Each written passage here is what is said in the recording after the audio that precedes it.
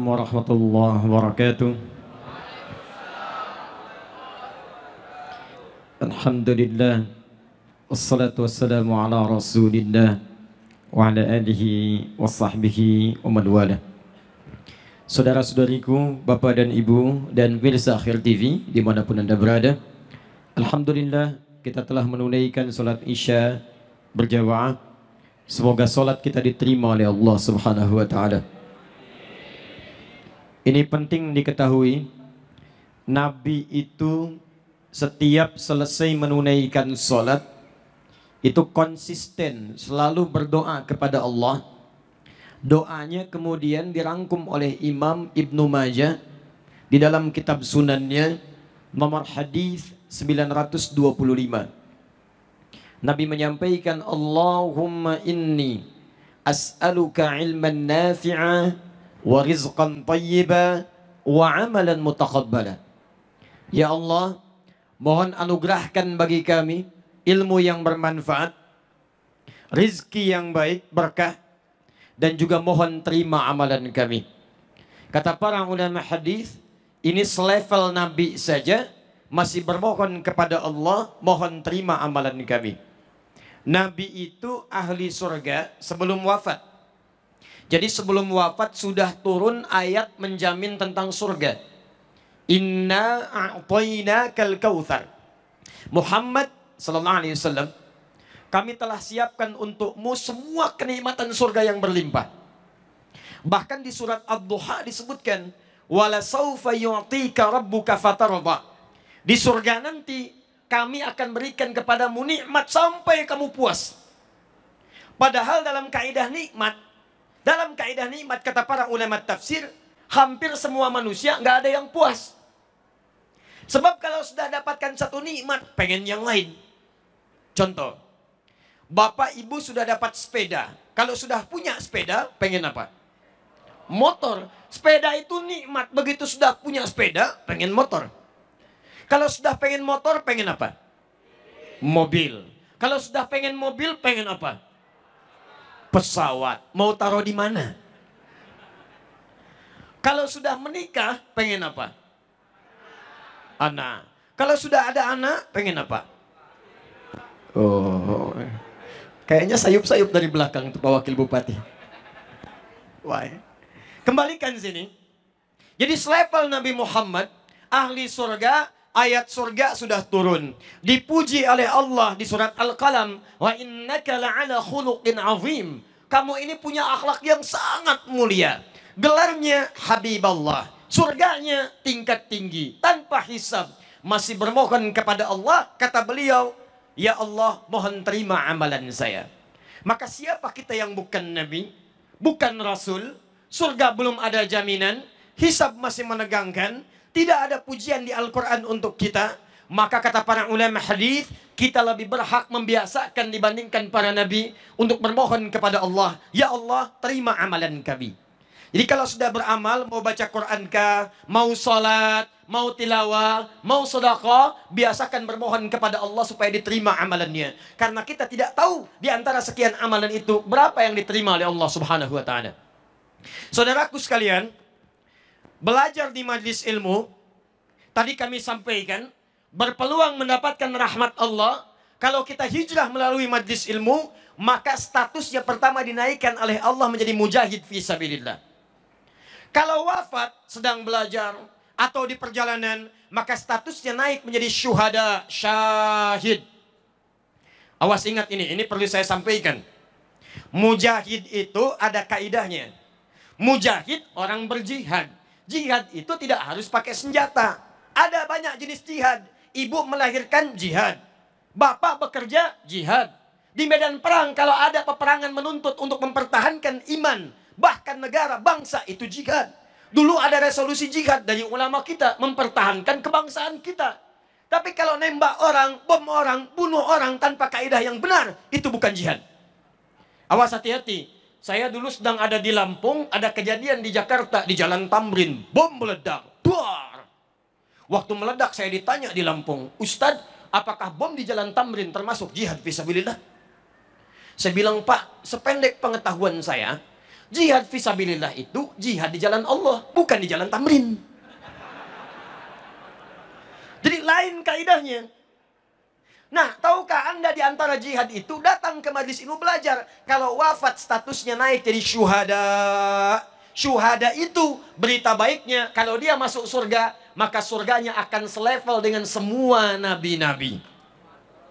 Dalilnya ada di Quran surah keempat An-Nisa ayat ke-69. Paling kanan di pertengahan. Perhatikan kalimatnya. Wa may yuti'illaha war rasula faulaika ma'a alladzina an'ama Allahu 'alaihim. Satu, minan nabiyyina. Dua, was-siddiqina. Tiga, wasyuhada. Empat, was-salihin. Wa hasuna ulaika rafiqa. Kata Allah, ada orang-orang yang taat pada Allah. Saking taatnya pada Allah dan Rasul, sampai di surganya ditempatkan oleh Allah dengan semua nabi-nabi. Jadi ada beberapa nabi, ada semua nabi. Kalau beberapa nabi disebut dalam Al-Quran dengan nama Anbiya. Di Quran surah ke-21 ada surah Al-Anbiya. Karena di dalamnya dikisahkan beberapa nabi. Tapi kalau semua nabi, dari Nabi Muhammad sampai dengan Nabi Adam alaihissalam, maka kalimatnya berubah menjadi An-Nabiyyin. Masya Allah. Ada orang masuk surga. Ditanya dengan orang penduduk surga yang kedua. Kamu surganya di mana? Alhamdulillah, tetangga saya Habib Fulan. Kiri saya Kiai Fulan. Depan saya Tuan Guru Fulan. Belakang saya Ustadz Fulan. Kalau kamu di surga mana? Diam-diam, senyum-senyum dia berkata, Alhamdulillah, di depan saya ada ganteng-ganteng Nabi. Nabi Yusuf alaihissalam. Dulu kita di dunia ada ganteng-ganteng serigala. Ini ganteng-ganteng Nabi Yusuf alaihissalam. Sebelah belakang saya Nabi Musa alaihissalam. Kiri saya Nabi Ibrahim alaihissalam. Kanan saya Nabi Muhammad sallallahu alaihi wasallam. Ternyata dia tinggal di kompleks semua nabi. Bahasa Arab semua nabi an-nabiyyin. Dari Nabi Muhammad sampai Nabi Adam alaihissalam. Muhammad sallallahu alaihi wasallam bin Abdullah, bin Abdul Muttalib, bin Hashim, bin Abdul Manaf, bin Qusay, bin Murrah, bin Kilab, bin Ka'ab, bin Ghalib, bin Fihr, bin Malik, bin Nadar, bin Kinana, bin Khuzaimah, bin Mudrika, bin Ilyas, bin Nizar, bin Mudar, bin Ma'ad, bin Adnan, bin Addi, bin Adri, bin Muqawwam, bin Nakhur, bin Tari, bin Ya'rub, bin Yastub, bin Nabit, bin Ismail alaihissalam, bin Ibrahim alaihissalam, bin Azar atau bin Nakhur, bin Abir, bin Kinan, bin Al-Fakhsad, bin Sam, bin Nuh alaihissalam, bin Mikhlail, bin Matushala, bin Kinan, bin Anwas, bin Fis, bin Adam alaihissalam. Ayo ulangi. Jadi tidak main-main. Kalau Pak Bupati, Wakil Bupati, semua muspika di Wajo ingin menghidupkan majlis ilmu, menghidupkan ma'had Quran, menghidupkan nilai-nilai keislaman yang baik untuk orang Islamnya, untuk membangun negeri, jangan dikira maka semua pelakunya adalah mujahid fi sabilillah. Kalau wafat bupatinya, bupati syuhada. Wakilnya, bupati syuhada. Kapolresnya, kapolres syuhada. Dandimnya, dandim syuhada. Semuanya rakyatnya rakyat syuhada. Masuk surga, surga khusus untuk rakyat Kabupaten Wajo. Itu tawaran yang sangat indah. Bahkan diturunkan langsung satu ayat tawaran dari Al-Quran. Quran surah ke-7 ayat ke-96. Paling kanan sebelah atas di mushaf. Walau anna ahlal qura amanu wattaqau lafatahna alaihim barakatim minas sama'i wal ard.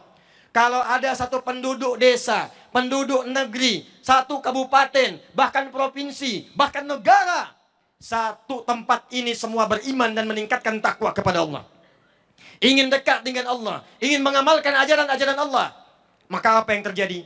Lafatahna alaihim barakatim minas sama'i wal ard.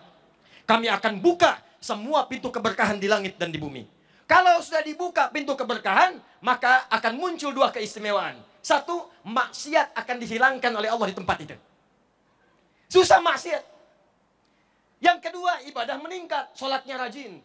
Kalau di tempat lain, maaf, jangankan ibadah sunnah, ibadah fardu sudah adzan, belum tertarik. Qomat belum datang. Wajib ketika meningkat ketakwaan kepada Allah, jangankan ibadah fardu, ketinggalan sholat sunnah bisa gelisah. Sunnah bukan cuma fardu, sunnah dikejar. Kalau bupatinya sudah rajin sholat sunnah, jajaran di kepolisiannya rajin tahajudnya, militernya rajin baca Al-Qurannya, maka demi Allah, yang pertama yang akan diberikan oleh Allah, maksiat akan dihapuskan di tempat itu. Begitu bupati sedang bekerja, tiba-tiba ada orang terdorong berbuat maksiat. Pak, ada proyek Pak, fee-nya bagus, bisa sampai 500 juta. Bapak tanda tangan 500 juta. Maka bupati mengatakan, maaf, tangan saya ini tangan tahiyat, senantiasa dipakai sholat, tidak akan pernah berbuat maksiat. Ambil. Tolong koreksi. Begitu dikoreksi, datang lagi 5 menit kemudian. Pak, sudah dirubah Pak. Coba saya lihat. Loh, kok berubahnya begini? Kata orangnya, fee-nya nambah Pak, dari 500 juta jadi 5 miliar. Wah, kamu ini bagaimana? Tangan saya ahli tahiyat, telunjuk tahiyat, nggak akan dipakai maksiat. Tapi tunggu, saya istikharah dulu. Kalau urusan sudah maksiat, nggak ada istikharah. Masyarakatnya juga begitu. Kalau di kota Wajo sudah tidak ada yang maksiat, maka polisinya tenang, Kapolres nyaman kerjanya. Ini kadang-kadang mau ke pengajian aja ribut di jalan. Motor kebut-kebutan. Polisi menunaikan tugas, prit, berhenti. STNK, ada Pak. SIM, lengkap. Kamu mau kemana? Ngaji Pak. Ustadz Adi. Oh, Ustadz Adi lagi. Kamu tahu ada lampu merah? Tahu Pak. Kenapa kamu lewat? Saya tidak tahu, ada Bapak. Oh. Kadang-kadang begitu tuh. Kadang-kadang ketidakbaikan itu tidak selalu muncul dari orangnya, karena ada faktor di luar yang mendorong itu. Maka kalau Anda sudah hijrah, itu semua akan ditepikan oleh Allah Subhanahu wa taala dan berubahlah menjadi baik. Sekarang pertanyaan pentingnya, ini yang baru kita akan mulai. Jadi tadi mukadimah nih, kita baru mulai sekarang. Baik. Nah, sekarang pertanyaannya, Ustadz, kalau sekarang kami akan berhijrah, kami akan berubah, ingin mengisi kehidupan dengan lebih baik, bagaimana caranya kami merubah diri agar semakin dekat dengan Allah, tempat kami tinggal semakin maju, menginspirasi banyak negeri, dan yang paling penting, dibebaskan dari berbagai hal yang tidak disukai oleh Allah Subhanahu wa taala. Maka kita ambil contoh seorang rasul yang diutus oleh Allah di wilayah yang sangat terpinggirkan, banyak pelaku maksiatnya, diapit oleh 2 negeri yang sudah maju dan punya peradaban. Kita ambil contoh kasus tentang masyarakat jahiliyah. Saya mau tanya sebentar. Bapak, Ibu, Pak yang sebelah sini, Pak, kenal Abu Jahal? Oh, kenal, Masya Allah. Gimana Pak Bupati? Saya keliling negeri sampai keliling dunia, cuman di Wajo yang kenal Abu Jahal. Masya Allah. Tapi ini masih agak lumayan. Saya ke Sukabumi, hubud dunia. Ya, Sukabumi hubud dunia, suka hubun bumi dunia. Saya ke Sukabumi, saya tanya, ada yang kenal Firaun? Kenal. Ini masih mending Abu Jahal.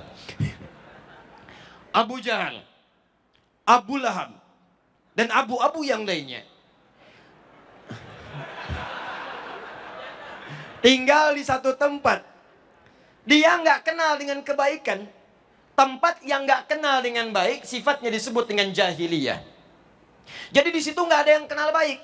Pedagang ada, yang sukses dalam bisnis banyak, penyair banyak. Jadi kalau Anda mau nyari pujangga, nyari sastrawan, itu paling banyak di tempat itu.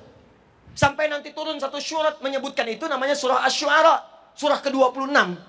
Itu mereka sampai punya rumusnya 16 rumus. Disebut dengan bahar. Ada bahar tawil, ada bahar rajas, ada bahar madid.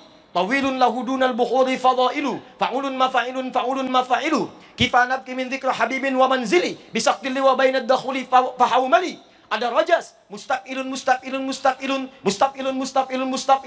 sautus safiril bulbuli, hayyaja qalbi thamili, al-ma'u wa zahrum ma'a zahri lahdhul muqali, fa anta ya sayyidali wa sayyidi wa mauladi, fakam tayammuni ghazailun uqayqali, qatabtuhu min wadan min firi hadar rajuli, faqala la faqad ghada muharwili, wal walad wali ya wailadi tufirtulat wal wili, fabayinul lu'lu'ali, qalat lahu hina kada ina radhul muqali, kahatan kakairali, tabuli.